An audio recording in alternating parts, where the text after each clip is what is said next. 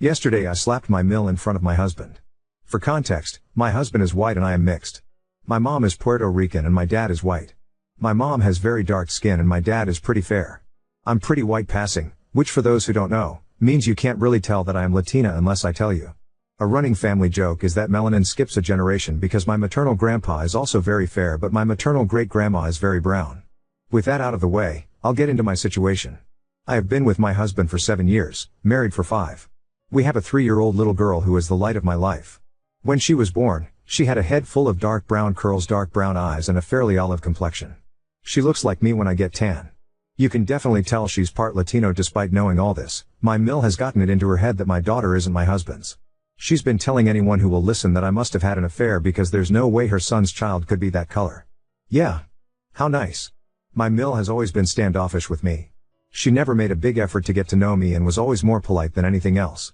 Mill has made some offhanded comments before about Latinos, but husband would brush them off because she's from another time.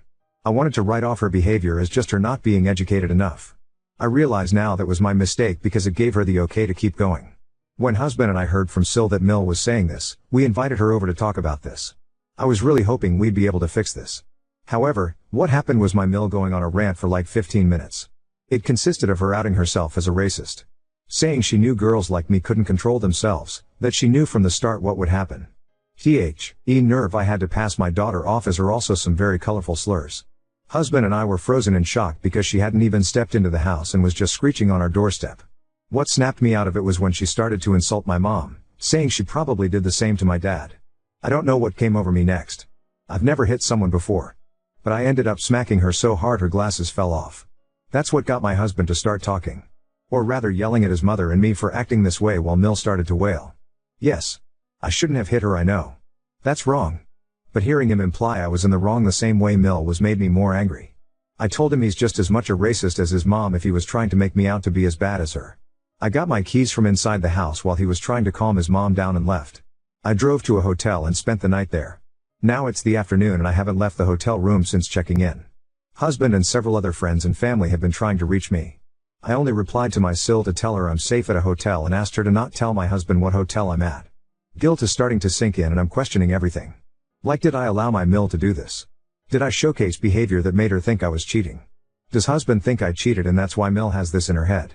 And of course, should I be apologizing to husband for hitting Mill? I know violence is wrong and I hate making excuses, but I just couldn't handle someone talking about my family that way. So Redditors, should I be apologizing to my husband? How do we get through this? Any and all advice is appreciated. Update 1. I spent quite a bit reflecting and was able to get an emergency meeting with my therapist this morning. I only have my sister here as my parents moved back to Puerto Rico to be with my grandparents 5 years ago. Some questions I want to answer real quick. K, how old are we? My husband is 28 and I just celebrated my 30th birthday. We met when he was 21 and I was 23. Where was my daughter? I sent her to my sister's on Friday for a weekend sleepover with my sister's family. I picked her up Monday afternoon and we had a little mommy-daughter time going to her favorite place, Costco. Yes, my 3-year-old loves Costco. We got home around 7 after we had dinner. My husband was waiting and I told him we'd talk after kiddo went to bed. When she was for certain asleep, we sat and had a long conversation not just about the fight and his mother, but also race and culture. I saw how my family was treated based on skin color, and while my husband understands racism, he admitted to never really grasping the complexities, especially colorism.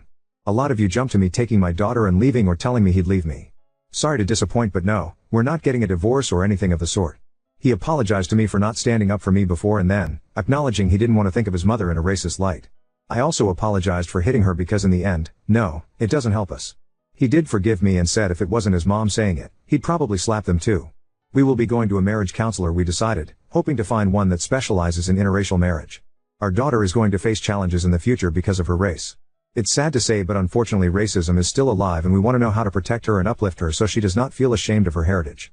We've made the decision to go NC with her and any people who try to bridge communication between us and her. She will have no contact with my daughter unless it's years down the road and she shows significant changes in her behavior. My husband will be driving to her house tomorrow to inform her of our decision. I'd consider a paternity test and DNA test, but only if Mill pays. I don't want to entertain this on my own dime. We've also decided to not make any public post regarding this. If people want to believe her story, that is on them, not us. My husband knows our baby is his. The irony is she looks more like him than me. Her curls are even from him. Update 2. Hello everyone. I think I jinxed myself by saying in my first update I hope this will be my last post because unfortunately, for a lack of a better term, shit continues to hit the fan. For those of you saying I should be arrested for slapping my mill, I hate to disappoint but she is not pressing charges. This is all thanks to my husband who said he'd expose my Phil's various affairs. Yes, it turns out that my Phil cheated numerous times on my mill until his death 2 years ago. According to hubby, he was paying for s/actual favors even on his deathbed. This is deeply disturbing because Phil and Mill appeared to have a loving marriage. Apparently, that was just for show. I can't even begin to imagine how hubby is feeling. We talked about it and he said it's something he felt deep shame for keeping from me, but also shame because his parents' marriage wasn't at all what they pretended it was. Husband and I are still looking for a couples therapist who specializes in interracial marriage.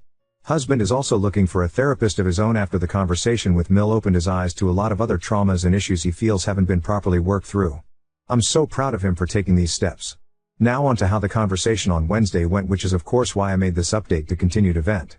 As I said in my first update, husband went over to Mill's house to inform her that her behavior is unacceptable and will be going NC for the foreseeable future. Mill didn't take this well. The irony is that she told husband that he couldn't keep her from her only grandchild. Funny because she spent the week claiming our daughter wasn't his. She threw some colorful insults at me, claiming he was never like this before he met me and that this was all my idea to hide my apparent affair. In response, husband said if she's so certain that I'm cheating and that our daughter isn't his, she can pay for a paternity test and a pie to find my affair partner. You know, AP that doesn't exist. Husband says Mill's face turned a comical shade of red and he swears there was steam coming from her ears. This is when Mill said she'd press charges and husband said he'd just tell everyone about Phil's serial cheating. Mill apparently burst into tears then, got down on her knees, wailing he couldn't leave her. Hubby just pushed her off and left. I had already blocked her number so she can't contact me, but she blew up husband's phone till he came home and he blocked her. Husband is going to be sending her an email reiterating what he said about NC and until she proves she's gotten help, understands she was wrong, and apologizes, she won't be seeing any of us. Both of husband's sisters called us to get the scoop and agreed to set the record straight with anyone who tries to get a hold of us for Mill or tries to echo her conspiracy theories.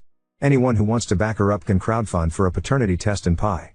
We've spent too long building up our finances to waste them on the ravings of a mad woman.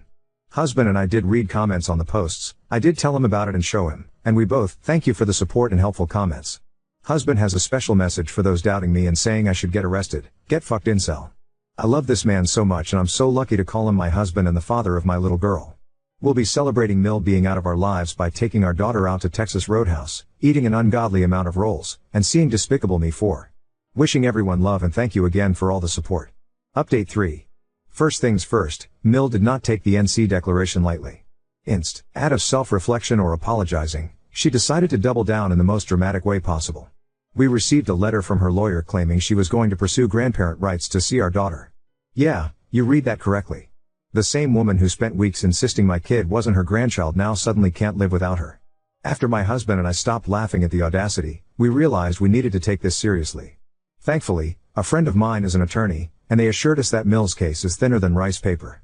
We live in a state where grandparent rights are only granted in cases of estrangement due to divorce or if one parent is deceased. Spoiler alert, neither applies here. Still, the sheer nerve of Mill hiring a lawyer has been a stressful curveball.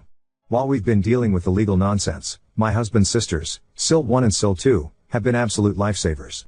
They decided to do some digging and discovered that Mill has been spinning her web of lies far and wide.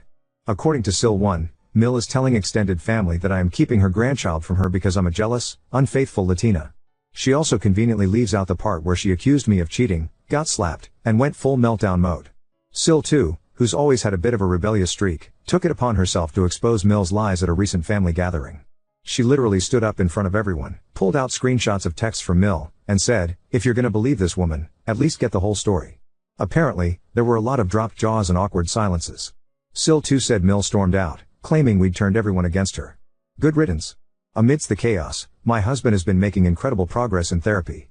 During his last session, he had a major breakthrough about why he had such a hard time standing up to Mill in the past. He realized that growing up, Mill had this pattern of gaslighting and emotional manipulation that made him feel like he could never say no to her. It's been heartbreaking for him to unpack, but I can already see how much lighter he feels now that he's acknowledging it. One thing he said during one of our late-night talks stuck with me: I spent my whole life thinking her approval mattered, but the only approval I need now is from you and our daughter. Cue the waterworks. I don't know what I did to deserve this man, but I am so proud of him for breaking free from her toxic grip. And now for the twist no one saw coming. Mill's brother showed up on our doorstep yesterday. This man has been a bit of a black sheep in their family, living halfway across the country and keeping to himself. He said he heard about everything that's been going on and felt compelled to come set the record straight. Apparently, Mill has always been, let's just say, problematic when it comes to race and class. Uncle spilled all kinds of tea, including how Mill tried to stop my husband from dating anyone she didn't consider worthy of their family. According to him, she pulled similar stunts with my husband's ex-girlfriends, though none of them were as severe as this. He apologized on behalf of their family and said he fully supports us cutting Mill off. He even offered to help cover legal fees if she drags this grandparent rights nonsense any further. Honestly, he seems like a solid guy, and I'm grateful someone in that family has some sense. As for us, we're focusing on moving forward. My husband and I found a fantastic couples therapist who specializes in interracial families, and we've already had 2 sessions. We're also looking into relocating in the next year or so, just to put more distance between us and Mill. Not running away, just prioritizing our peace. Our daughter, blissfully unaware of all this drama, has been her usual sunshine self. She's currently obsessed with baking, so we spent this morning making cookies while she belted out songs from Encanto. Yes, I'm the mom who sings along and cries every time Dos Oruguitas comes on. Don't judge me. Final thoughts, for now, to everyone who has reached out with support, advice, or just a kind word, thank you from the bottom of my heart. This journey has been a roller coaster, but knowing there are people rooting for us has made all the difference. And to Mill, in case you ever stumble across this post, I hope you find the help you so desperately need, but until then, stay the hell away from my family. Now on to second story. Kicked my fiancé out after finding out he slept with my sister, crushed her memorial garden, and cut out my mom. This is a repost. The original was posted in /r/true off my chest by user independencesod9989, which Reddit deleted, so she is calling herself constant_sun_2154 now. I'm not the original poster. The new update was found by u/witchywillera. Status, still slightly inconclusive. _original 30-year-old woman here. I have a sister who's just a year older than me. We've always had such a good relationship, so finding out about this one hurt. She might as well have just stabbed me in my heart. On top of that, I've been with my fiancé since high school and we've always been with each other through thick and thin. We were going to get married in a few months. I have no idea why on earth they did this to me. What's even worse was that our mom knew, and out of fear of getting involved, my sister apparently begged her not to say a word. She didn't tell me anything. Thankfully, my dad wasn't having it and he spilled the beans to me. I've never been so angry in my life. Not only did I kick my fiancé out and throw out his stuff, some of it in the trash, but I decided to hurt my sister in another way. Why not do the same for my fiancé? Simple, she's my sister. We've always had a good relationship until she decided to ruin it months before my big day, which I allowed her to be a bridesmaid in. You don't do that to anyone, let alone your sister. Yo, blood. My sister's big on gardening, so when she lost her dog, she made a garden for him. I knocked on her door, she didn't know that I knew, and of course I played nice. I moved on to what she did with my fiancé and I slightly damaged her garden. I honestly just crushed a couple flowers. Am I sorry? No. Her excuse sent me over the edge. It just happened isn't a reason. Sleeping with my fiancé just happened like that, I guess. I told her I didn't want her speaking to me anymore and that I also didn't want our mom to speak to me. My fiancé won't say a word since I threatened to call the police if he ever went near me again. Yay, I made my sister cry and scream at me, but I genuinely feel like I should be the one crying. She knew how important getting married was to me and now I can't experience that. Pair that with the fact that I had to hear this from my dad, not my bum excuse of a sister or fiancé. Hell, even my own mother didn't say a word to me. It's like she lets my sister run her. Fuck you, Tia. Fuck you, Logan. If they ever see this, I'd be absolutely delighted. Edit, since many people keep bringing this up, I'm upset that I lost the relationship I've always put 100% into. I was excited to get married of course, but then this news came out. It really hurt me. I didn't want to believe it at first. I almost thought my dad was pulling my leg. Later turned out to be true. I swear I have trust issues now. Edit number 2, thanks again for all the suggestions, y'all.